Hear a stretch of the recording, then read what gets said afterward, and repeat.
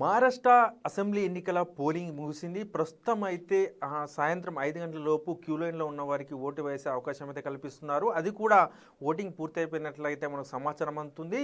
మహారాష్ట్రలో 288 స్థానాలకైతే ఒకే దశలో అయితే పోలింగ్ జరిగింది. ఈరోజు పోలింగ్ జరిగింది. పోలింగ్ కూడా పూర్తిగా వస్తుంది. 23వ తేదీ అయితే ఫలితాలు ప్రకటించనున్నారు. ఇక జార్ఖండ్‌లో రెండో విడత పోలింగ్ సక్సెస్ఫుల్గా కంప్లీట్ అయిపోయింది. మధ్యాహ్నం 3 గంటల వరకు 61.2% ఓటింగ్ అయితే అక్కడ నమోదైంది. ప్రస్తుతం అక్కడ పోలింగ్ పూర్తయినట్లు కూడా మన సమాచారం అందుతుంది. ఇక మహారాష్ట్ర విషయానికి వస్తే అక్కడ మధ్యాహ్నం 3 గంటల వరకు 45%కి పైగా ఓటింగ్ నమోదైనట్లు మనకు తెలుస్తుంది. ఇక పోలింగ్ పూర్తయ్యే సమయానికి అయితే దాదాపు 60 వరకు కూడా ఈ పోలింగ్ శాతం పెరిగే అవకాశం ఉన్నట్లు మనకు కనిపిస్తుంది. సో ఈ మహారాష్ట్రలో జరిగిన ఎన్నికల్లో అయితే సినీ ప్రముఖులు కావచ్చు, రాజకీయ ప్రముఖులు కావచ్చు, అలాగే క్రీడా ప్రముఖులు కావచ్చు ఓటైతే వేశారు. సచిన్ టెండూల్కర్, అలాగే బాలీవుడ్ ప్రముఖులు అక్షయ్ కుమార్ వీరు కూడా వచ్చి ఓటు హక్కు వినియోగించుకున్నారు.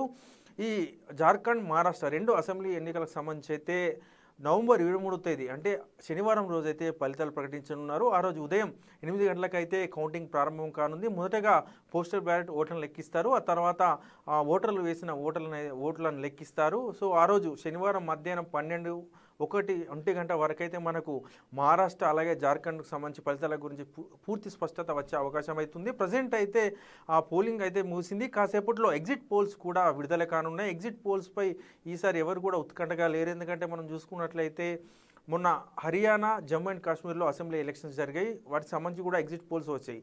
హర్యానాలో అయితే ఎగ్జిట్ పోల్స్కు విరుద్ధంగా అయితే ఫలితాలు ఉన్నాయి. ఈ నేపథ్యంలో ఎగ్జిట్ పోల్స్పై ఎవరు కూడా అంత ఇంట్రెస్టింగ్గా లేనట్టయితే మనకు కనిపిస్తుంది. మరోపక్క కాంగ్రెస్ కూడా ఎగ్జిట్ పోల్కి సంబంధించి చర్చల్లో పాల్గొనమని ఇప్పటికే ప్రకటించింది. ఏదేమైనప్పటికీ కూడా కొన్ని ఎగ్జిట్ పోల్స్ అయితే ఫలితాలు విడుదల చేయడానికి అయితే సిద్ధంగా ఉన్నాయి. 23వ తేదీ రోజు అయితే మనకు మహారాష్ట్రలో ఎవరు అధికారంలోకి రాబోతున్నారు, జార్ఖండ్లో ఎవరు అధికారంలోకి రాబోతున్నారు అయితే తెలుస్తుంది.